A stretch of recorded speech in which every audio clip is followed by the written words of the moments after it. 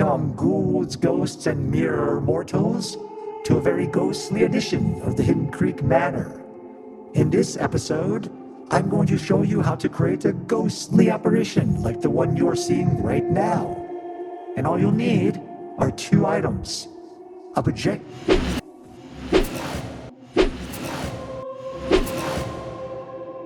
I can't seem to grab the projector with my ghost hands.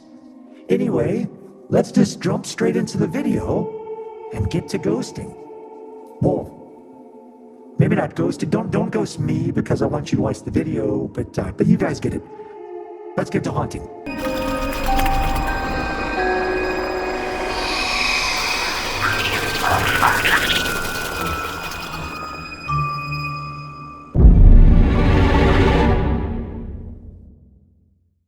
Disney World, 1988.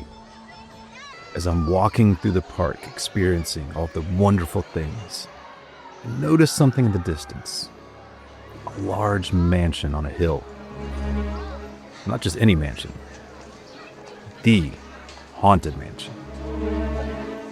I'm drawn to it. I feel the need to go inside. And as the ride begins, I'm mesmerized by the sights. The stretching room, the portraits, Madame Leota. But as the ride makes its way to the ballroom, I see something that makes me sit up in my doom buggy seat. Ghosts. Do my eyes deceive me? I know this can't be real, but in this grand ballroom, I'm seeing ghosts dancing, laughing, and eating.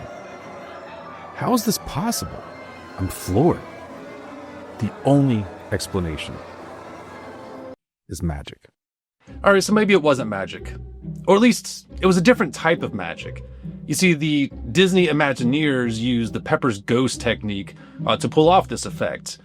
Now, that's a whole other video. We'll touch on the Pepper's Ghost technique at some point in the future.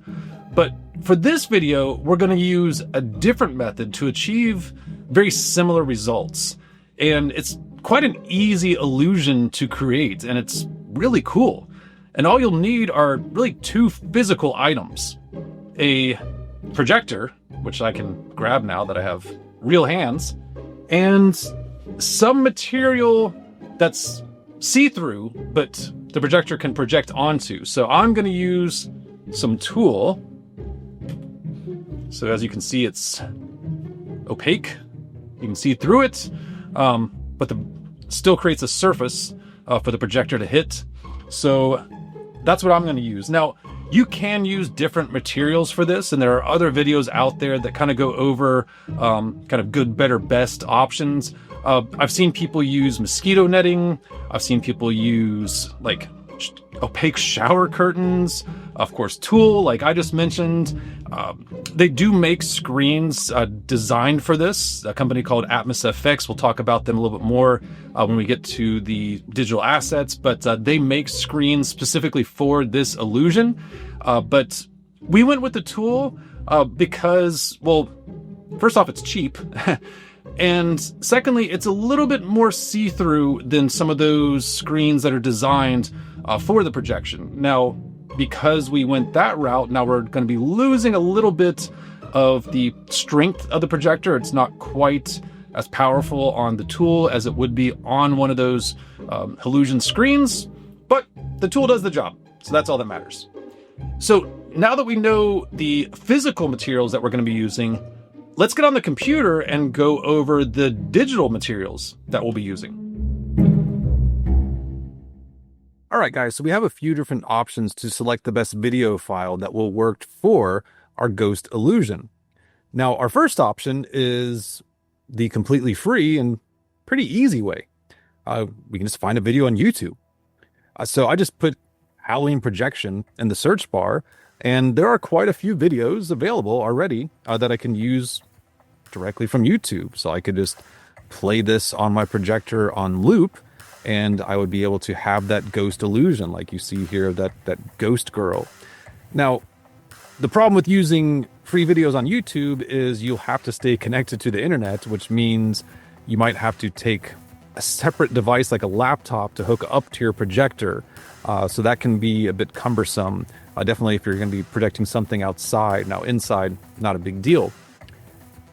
You also may be a bit limited with the types of ghost illusions that are available for free on YouTube. So your second option is to buy an illusion. That way you can download it. You don't need to be connected to the internet. You're going to get a little bit higher quality video, and you have more choices available. So there are multiple places that you can buy these ghost illusions. I have used Atmos FX in the past. They work very well. A lot of haunters use Atmos FX, very high quality products. So you'd hop into the digital decorating section.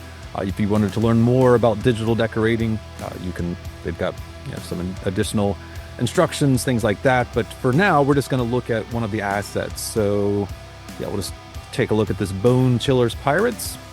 And with Atmos FX, a lot of times they'll have a whole pack of multiple videos that are all kind of in the same vein here. So with pirates, obviously we're gonna have a bunch of different skeleton pirates. So I can buy the entire pack, or I can buy these individually. So if you don't need all of them, if you just want one, you can get a cheaper option. So Pirate Mayhem, just as an example, I will click into it. I could watch the video to make sure this is what I'm looking for. And a couple things I would point out though, if you are going to purchase your own, if we scroll down here, first off, you want to make sure it meets the proper resolution. Is it too low of a resolution? Is it not going to look good? So you want to make sure it's at least, I would say 1080, even 4K if you wanted to. 1080p is fine with what I need, but you can use a higher resolution if need be. Depending on how you have your projector set up, you want to make sure that it has both horizontal and vertical, especially if you're doing, say, like a full body of something. You want to have that vertical instead of horizontal option. But something else that's very important here is you want to make sure it has the illusions option. Basically with that, it will remove any type of background decorations in the video and only focus on the main characters, whether it be a ghost or a pirate and so on. And then your third option is to create your own illusion. I understand that not everyone is going to have some type of editing software or have the know-how to use something in order to create this. But if you do, and you want to follow along with what I did, then here we go.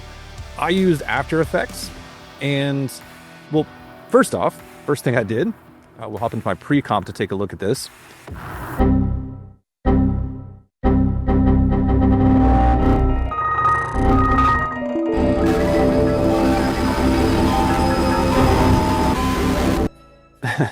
After Effects crashed. I hate it when it does that. It's very annoying, and of course it does it when I'm trying to make a video.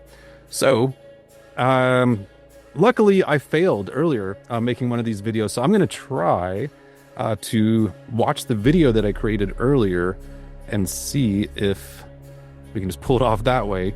So anyway, we'll just watch this video.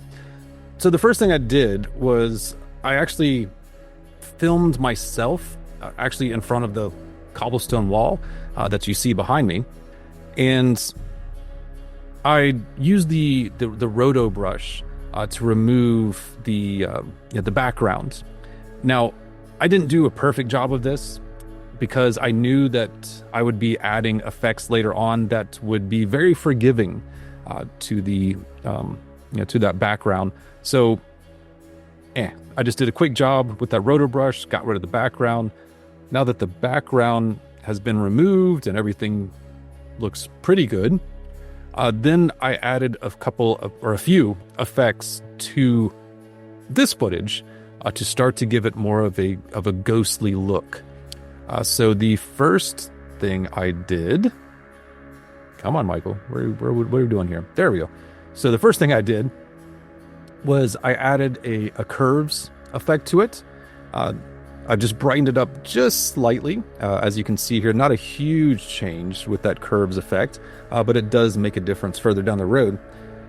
And then the second effect that I added was the tint effect, where I mapped anything white to that kind of light blue color. And this makes a big difference. So bam, now we're starting to get closer to a ghost look. We're obviously not there yet. It's just blue footage, but at least we're kind of getting an idea of where we're going.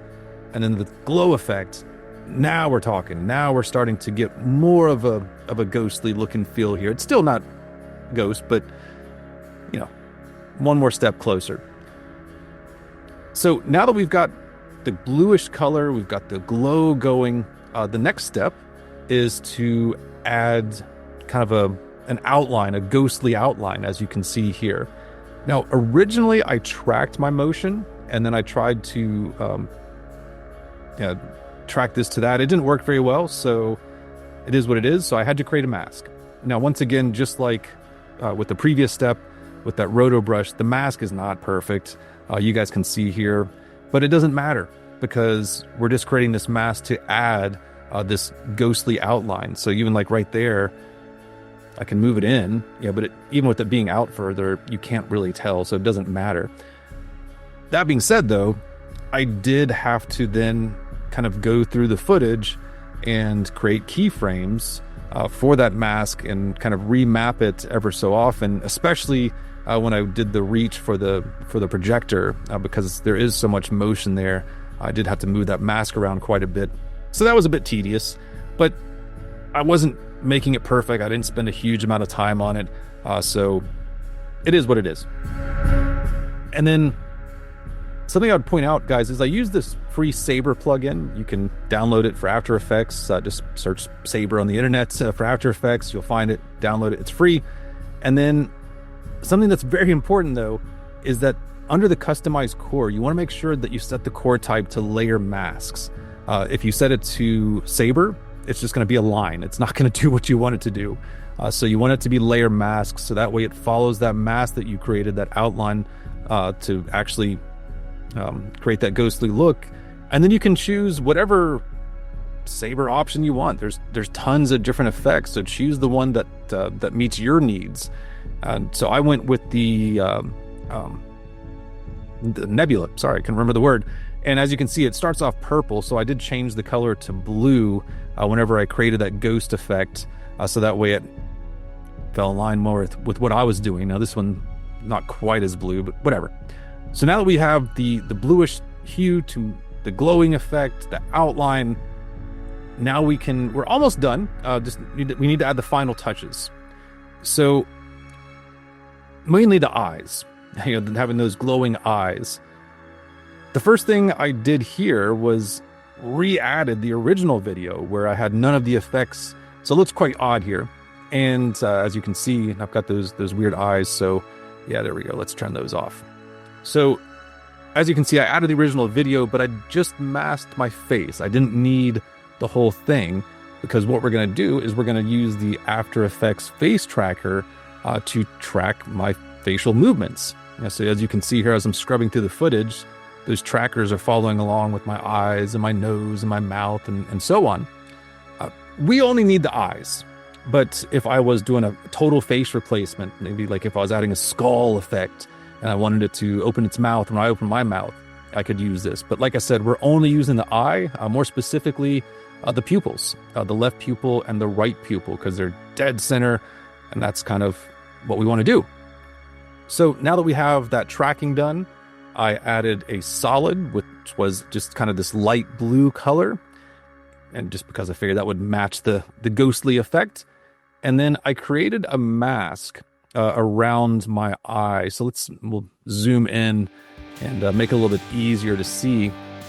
So, like I said, I created this mask around my eye, and it is a rough outline. It's not going to be perfect. So I did add quite a bit of feathering to that, about 10, I think. If I went down to 0, as you'll see here in a moment, there we go. It creates that harsh line, so it's very obvious if I'm not perfect. So by giving us that little bit of feather, that also gives us some more wiggle room. And then I tracked the motion of this, or the position of this, I should say, to that, let's see, this is the right eye. So I tracked it to the right pupil, and then repeated the process on the left eye, where I tracked the motion to the left pupil. And as you can see, it does a pretty good job of following my eye around on its own. There were a couple problems that I ran into as I was setting this up. First off, as you just saw a moment ago, where I turn my head, once that I guess right eye disappears, the tracker doesn't know what to do. So I kind of had to create my own movement there. And then also, if I blinked or closed my eyes, the tracker would get thrown off and not know what to do. So I had to fix a couple blinks.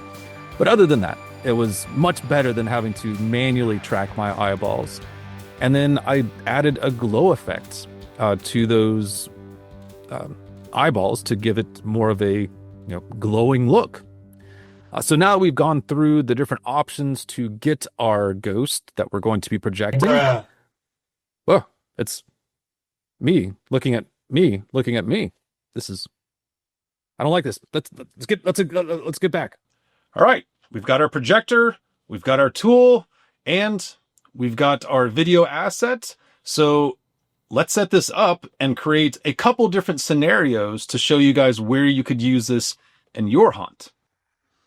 Spoiler alert, I ended up only showing you one scenario. I ran out of time. I was going to try to show you guys another technique to use this outside in the haunt, but like I said, I just ran out of time. So now you guys get to see my editing station. But back to the video. All right, guys, so first, I've got my tool here. Something I wanted to show you guys real quick is I folded mine over at the top. I don't know.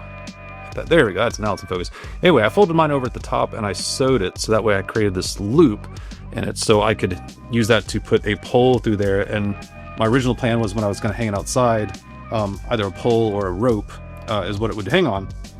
If I were to do it again, I would probably do that on both sides, at the top and the bottom, because these blow in the wind and securing them to the ground using stakes can be a bit tricky if you want to keep it nice and taut. So having that pole to evenly distribute the weight of the tool, I think, would be good. So like I said, if I were to do it again, that's what I would do. So for now, I'm going to go ahead and hang this up over the window. I'm just going to use these little push pins.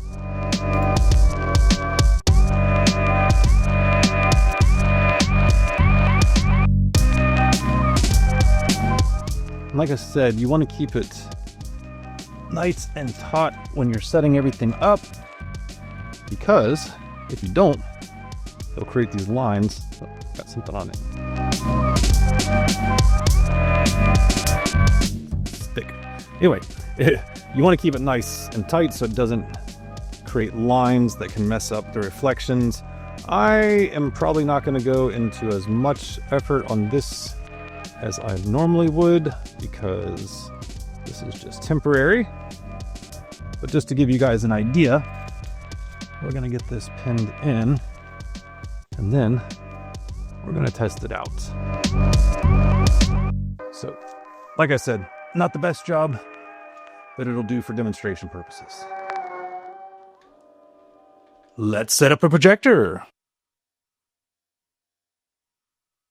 All right, so we've got the projector hooked up. I set it up on a tripod. Got all the cords and everything ready to go. We haven't aimed it or anything like that yet or turned it on. But before we can get the projector set up, we have an issue. We have dueling projectors. Let me show you. Our projection show is actually on right now. So we have to do something about that. So let's go turn off the projection show and we'll come back and get everything set up in here. Sorry, neighbors. So as you can see, it's much darker in here now. I've got most of the lights turned off so I can get a proper projection on the window. It is important, though, to have at least some ambient light in the room so that way the viewer can see through your ghost projection. It makes it look even more realistic, so keep at least one light on. So now I'm going to try to aim this projector where I want it and get it focused.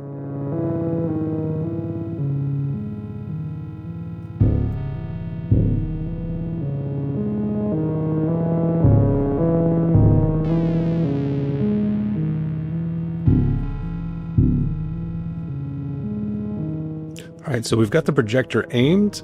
One other thing I wanted to mention is that you want to keep the projector light. Hopefully it's in focus. But anyway, you want to keep the projector lower than the window and have it shooting upward. So that way the viewer can't see the light coming from the projector, and then that breaks the illusion. So I think we've got everything set up. It seems to be aimed properly at the window. So let's go outside and take a look at the end results. All right, so right now I'm kind of angled down so you can see the projector. But then if I go at more of the viewer's angle, it looks like there are ghosts in my window.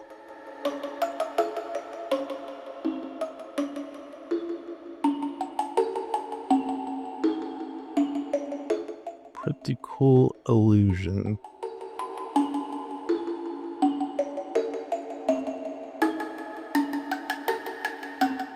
And that one light is a bit in the way, so let's try switching the lights around and see if that makes it better.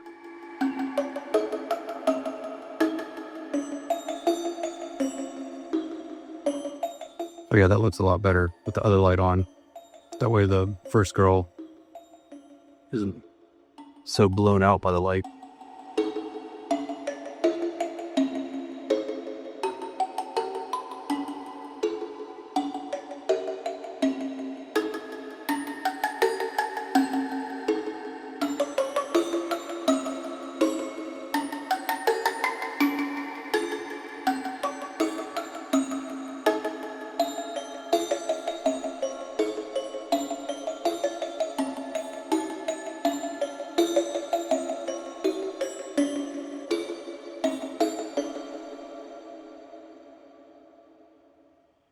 All right, guys, that's going to do it for this episode. I hope everyone enjoyed it.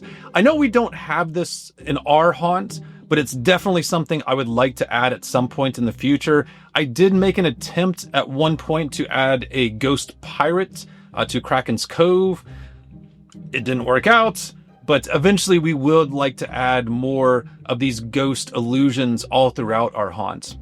But for now, we're going to wrap this up. I am going to go ahead and mention that I'm releasing this video 6 days before Halloween, which means in 1 week, I'm going to release our Halloween night video for the 2025 season. It's going to be our final walkthrough of the haunt for the season. We're going to show you guys what Halloween night is like here at the Hidden Creek Manor.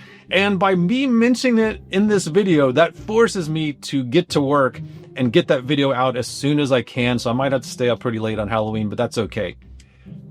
As always, don't forget to hit the like and subscribe buttons to stay up to date and notified with everything that we are doing here at Hidden Creek Manor.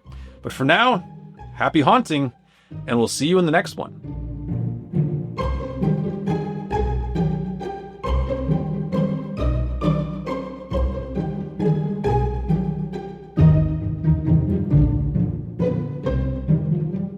Congratulations, you made it to the end of the video.